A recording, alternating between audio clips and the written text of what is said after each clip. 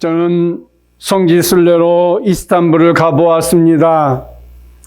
그것은 로마의 콘스탄틴 황제가 수도로 정한 이후 1200년 동안 얼마나 화려한 도시였는지 모릅니다. 그때 그곳에 성령이 강하게 역사하여서 복음이 최절정에 이르고 하나님 말씀이 곳곳에 충만하여서 수많은 교회들이 또 수도원과 기독교 단체들이 생겨나서 복음이 활발하게 전해졌던 곳이 바로 터키입니다.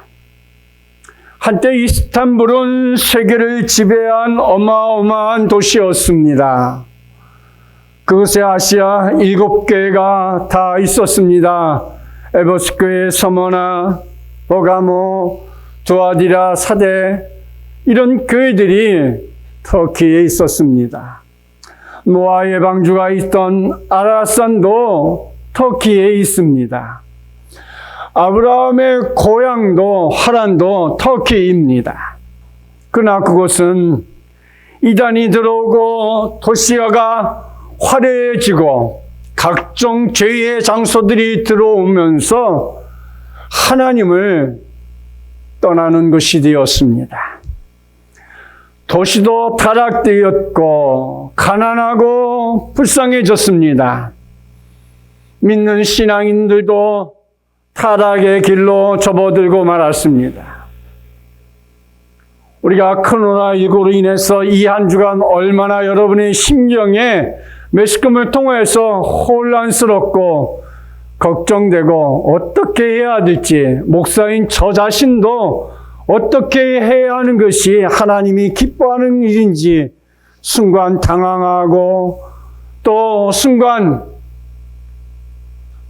뭐야 어떻게 하란 말이야 이런 말이 입으로 튀어나오지는 않았습니다만 어떻게 하는 것이 하나님이 기쁜 일인지 하루 종일 막막하게 있었습니다.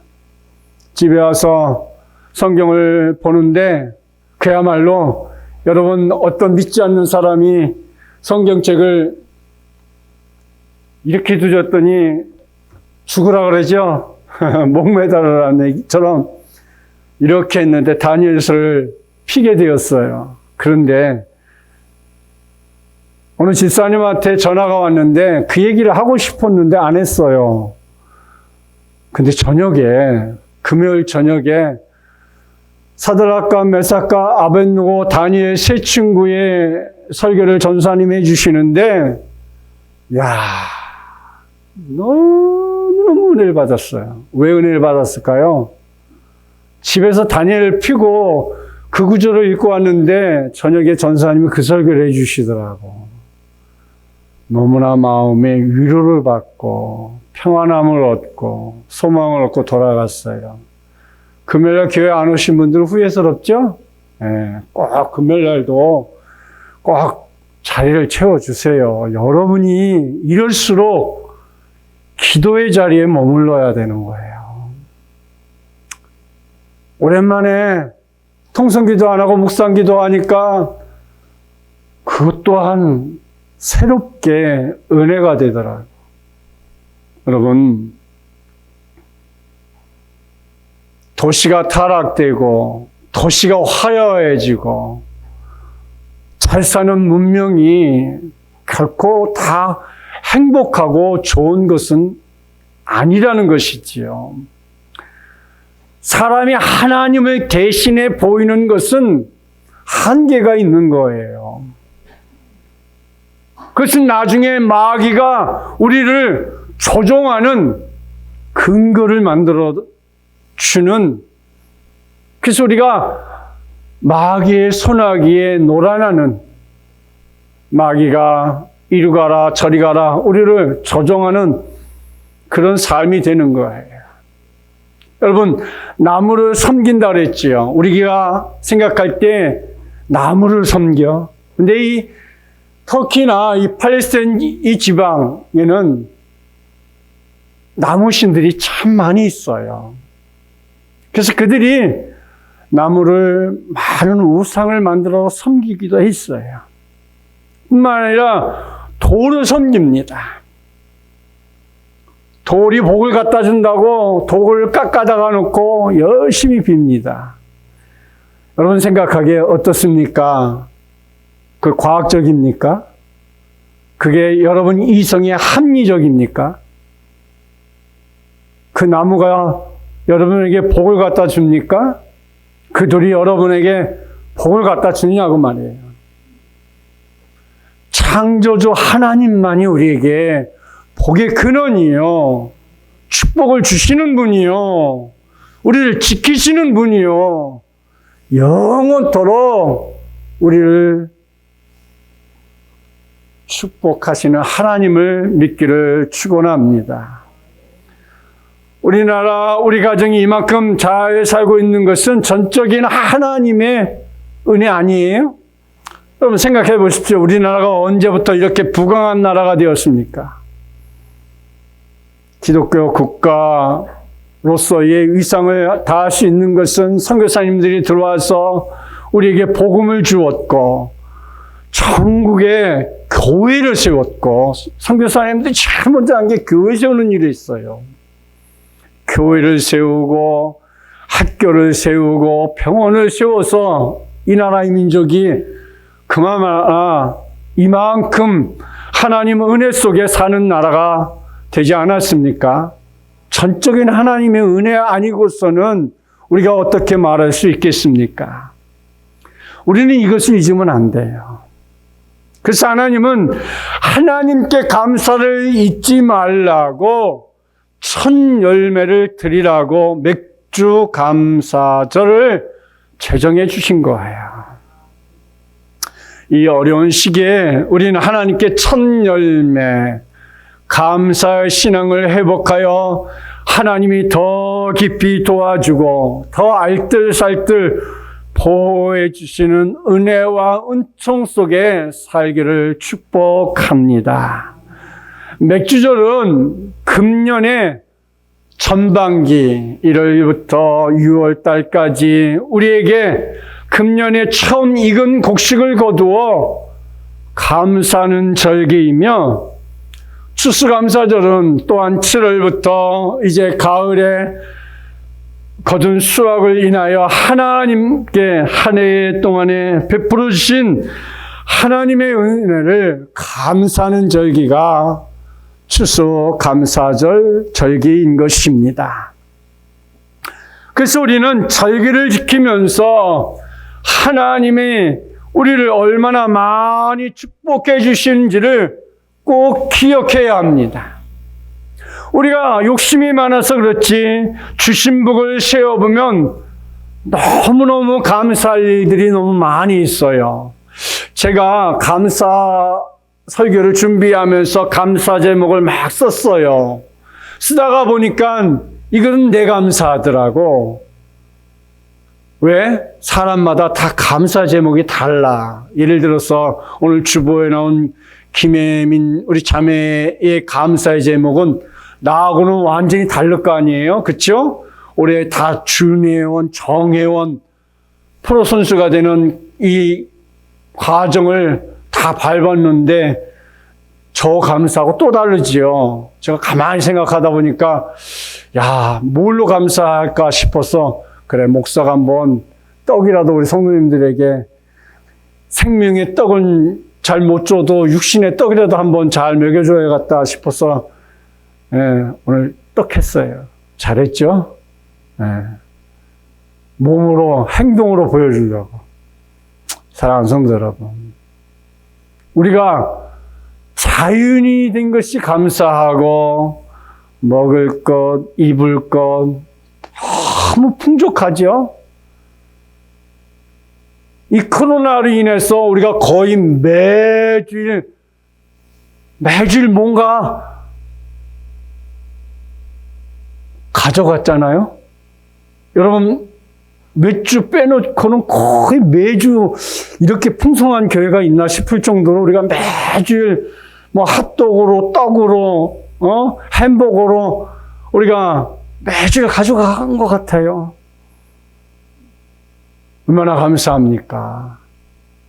먹을 것을 이렇게 코로나에서 점심 교회에서 주지 말라고 해서 우리가 점심을 못 주고 가져가셔서 드시라고 매주 드렸는데 얼마나 풍족한지 모르겠어요.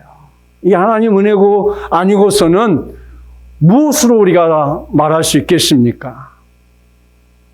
너무 풍족해서 감사죠. 오늘 하루도 일할 수 있는 것 감사, 건강한 것 감사, 그렇죠?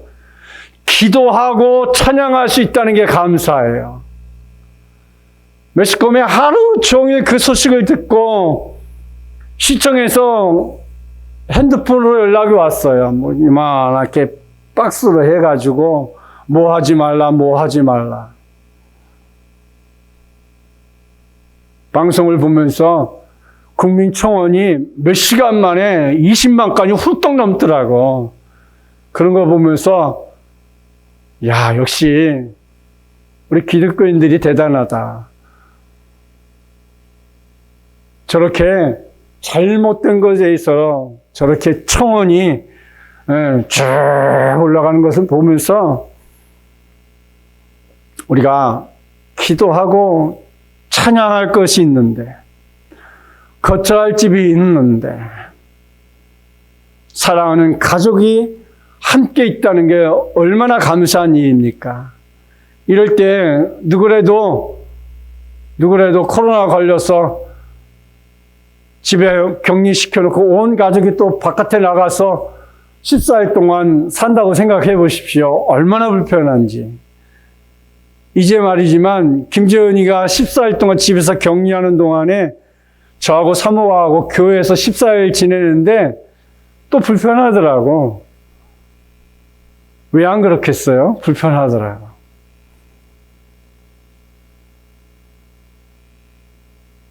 거처할 집이 있다는 게 얼마나 감사한지, 가족이 함께 있다는 게 얼마나 감사한지. 무엇보다 이 코로나로 세상이 무서워서 벌벌 떠는데 우리 안생명 비전교회 성도들 다 건강한 모습으로 비록 마스크는 쓰고 예배는 드려도 여러분이 눈이 보이니까 감사해. 여러분 눈에 생명의 빛이, 레이저 빛이 막 제가 쓰러질 것 같아요. 아직까지 확진자가 없고 이렇게 예배할 수 있다는 게 얼마나 감사한지 모르겠습니다. 이렇게 올 한 해 전반기에 감사했고 우리가 또 추수감사절 때 더 감사하며 하나님 앞에 큰 영광의 기쁨의 찬양이 되어지기를 축복합니다. 사랑하는 성도 여러분, 감사가 살 길이에요. 우리 교회가 살고 우리 가정이 살고 우리 성도들이 살 길이 감사인 거예요. 첫 열매가 하나님 것이라고 분명히 믿고 살고 계십니까? 맥주절은 하나님께서 우리가 정말 모든 것이 하나님의 은혜임을 아는지 저울질하는 날이에요. 해마다 나는 맥주절을 지켰어요. 무엇을 보고 맥주절을 지킨 것이라고 말할 수 있습니까? 매번 맥주절 헌금을 드렸습니다. 하나님께 정말 원하는 것은 우리가 진심과 정성 어린 마음으로 하나님께 내가 주신 그 은혜를 무엇으로 보답할 것인가 정성으로 예배를 드렸어요. 작년에 제가 맥주 감사절 설교를 하고 지적을 받았어요. 목사님, 맥주 감사절 설교가 너무 어렵습니다. 이해가 되지 않습니다. 제가 그랬어요. 20년 동안 설교했는데 뭔 설교를 안 했겠습니까? 참 절개 설교가 할 때마다 제일 목회자가 고민스럽고 슬프고 왜 절기를 주셨을까? 그런 생각까지 들어요. 생각해 보세요. 맥주절은 한정돼 있어요. 추수감사절도 한정돼 있어. 성탄절도 한정돼 있어요. 신년 설교는 좀 괜찮아요. 왜? 해마다 우리가 1년 동안 표를 정해놓고 그 설교를 하기 때문에 좀 다른데, 이 절기 설교는 어떻게 다른 데 가서 그렇다고 맥주감사절 설교 안 하고 다른 설교 할 수 없잖아요. 절기 설교인데. 근데요, 20년 동안 설교하면서 재탕 한 번 안 했어요. 재탕 하잖아요. 저거 언제 했는데. 성도들은 너무 귀신같이 잘 알아, 그런 거는. 그래서 감사를 드려요. 작년에 못했으니 올해는 잘하려고 열심히 준비했습니다. 쉽게 했습니다. 그래서 지금까지 살아온 것이 하나님의 은혜라는 것이 절절히 느껴지더라고요. 야, 하나님의 은혜가 이렇게 컸구나. 못하는 설교, 엉터리 설교, 그런 설교도 우리 성도님들이 다 받아서 여기까지 왔구나 하는 것에 감사를 합니다. 이것을 깨닫고 맥주감사절 우리가 첫 열매를 하나님께 드리면서 하나님이 지금까지 내게 주신 모든 상황, 하나님 손에 믿음도 있고 하나님의 손에 우리의 정성도 있고 하나님의 손에 우리의 온 마음 들여서 드려지는 이 모든 것이 모두 다 하나님이 기뻐하는 맥주 감사절의 첫 열매가 되리라고 믿습니다. 매년 지킨 절기니까 하면서 형식적으로 드려서는 안 된다고 생각합니다. 참 감동받는 이야기 하나가 있어서 소개하려고 합니다. 옛날에 한 믿음 좋은 장로님이 계셨습니다. 이 장로님이 얼마나 교회를 정직하게 믿음으로 정말 헌신하고 봉사했는지 어느 한 천사가 찾아와서 말합니다. 하나님께서 나를 장로님에게 보내서 무엇이든지 소원한 것이 있으면 들어주라고 저를 보냈습니다. 하고 천사는 장로님에게 말합니다. 치유의 능력을 받고 싶은가? 기적의 능력을 받고 싶은가? 아닙니다. 저는 하나님의 은혜만 있다면 저는 모든 것을 가진 것이나 다름없습니다. 바랄 것이 없습니다. 근데 천사는 말합니다. 하나님이 꼭 너에게 무엇인가 복을 주고 오너라 했다는 것입니다. 어떤 기적을 원해야 한다는 것입니다. 그래서 장로님은 마지못해 잠시 생각하다가 천사에게 말합니다. 그러시면 저를 통해 기적들이 이루어지되 제 자신은 그걸 알지 못하게 해 주십시오 라고 했어요. 그러니까 자기 자신은 무엇을 했는지 자신은 모르게 해달라는 거예요. 그 장로님을 통해 수많은 사람들이 치유를 받고 병이 낫고 기도해주면 문제가 다 해결되어졌어요. 근데 수많은 사람들이 이렇게 장로님을 통하여서 새로운 인생을 살고 병으로부터 자유함을 얻고 신앙생활을 잘하게 되었어요. 근데 이 장로님은 그런 사실을 전혀 본인은 천사하고 약속한 대로 하나도 몰랐다는 것이지요. 우리도 다른 사람에게 기적이 되는 사람이 됩시다. 자식에게 부모가 기적이 되고 부모에게 자식이 기적이 되며 그 사람 때문에 내가 기적이 되고 나 때문에 그 사람이 기적의 주인공이 될 수 있기를 축복합니다. 맥주절을 봄에 농사를 지어서 첫 열매를 드리는 6월절 다음 날부터 계산하여서 50일째 되는 날, 바로 우리가 맥주 감사절로 지킵니다. 그러므로 이 맥주 감사절은 두 가지 의미가 있습니다. 첫째는 십계명의 말씀을 주신 날입니다. 이스라엘 백성들이 출애굽하여서 애굽에서 종살이하다가 출애굽하여서 광야에 50일째 되는 날 시내산에 도착하여 하나님으로부터 이스라엘 백성들 앞으로 어떻게 살아갈 것에 대한 계명을 주셨는데 이것이 십계명입니다. 그러므로 이 맥주절은 하나님이 십계명을 통하여 이스라엘 백성들이 선민으로서 하나님의 은혜 안에 살아가는 방법을 가르쳐 주신 축복의 날이기도 한 것입니다. 둘째로 신약의 핵심인 오순절 성령 강림이 임한 날이기도 합니다. 신약 시대에 와서 이날은 성령 강림인 오순절 날이 되었습니다. 예수님의 12제자와 120명의 성도들이 예수님께 부활하신 후 승천하실 때 제자들에게 분부하신 대로 약속하신 보혜사 성령을 기다리며 마가의 다락방에서 기다리다가 성령 충만히 받은 날이기도 합니다. 아울러 오순절 성령 강림은 초대교회가 탄생하는 시발점이 되었습니다. 그러므로 맥주감사절은 바로 교회의 탄생일이기도 한 것입니다. 사랑하는 성도 여러분, 2020년 맥주감사절 드리면서 우리 마음이 어떠해야 합니까? 이스라엘 백성들이 40년간 광야 생활을 해왔습니다.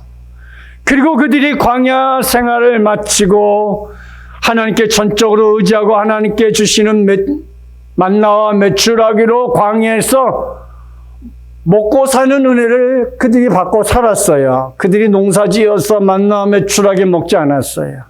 전적으로 하나님의 은혜 가운데 40년 공짜로 잘 먹고 살았어요. 그리고 그들이 가나안에 들어서 첫 번째 수확으로 거둬들인 맥주로 첫 열매를 하나님께 드린 것이 맥주 감사절의 유래인 거예요. 이렇게 귀하게 그동안 거저 먹었는데 이제 내 손으로 농사 지어서 처음 것을 하나님 앞에 드리는, 그래서 하나님 앞에 처음 것을 정성을 들여 드리는 이 맥주 감사절, 이것이 지금까지 하나님의 은혜로 살았고 또 앞으로 하나님이 주신 믿음 안에서 은혜로 살겠습니다 라는 고백이 바로 맥주 감사절의 유래인 것입니다.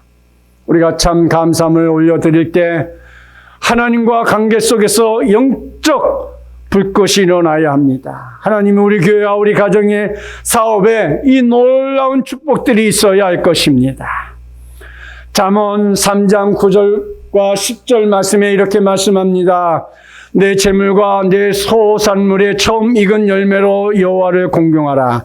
여기에 내 재물과 내 소산물의 처음 익은 열매로 여호와를 공경하라. 10절에 그리하면 내 창고가 가득히 차고 내 포도주 틀에 새 포도즙이 넘치리라. 그렇습니다. 전반기 반년도 하나님의 은혜 가운데 우리가 살았습니다.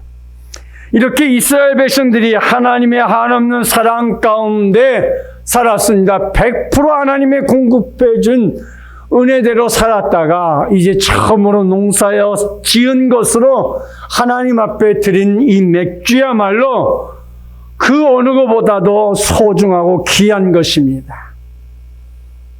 아울러 가축을 기르고 땀을 흘려 일해서 농사한 것으로 하나님 앞에 드린다는 것은 얼마나 벅차고 복된 감사인지 헤아릴 수 없는 것입니다.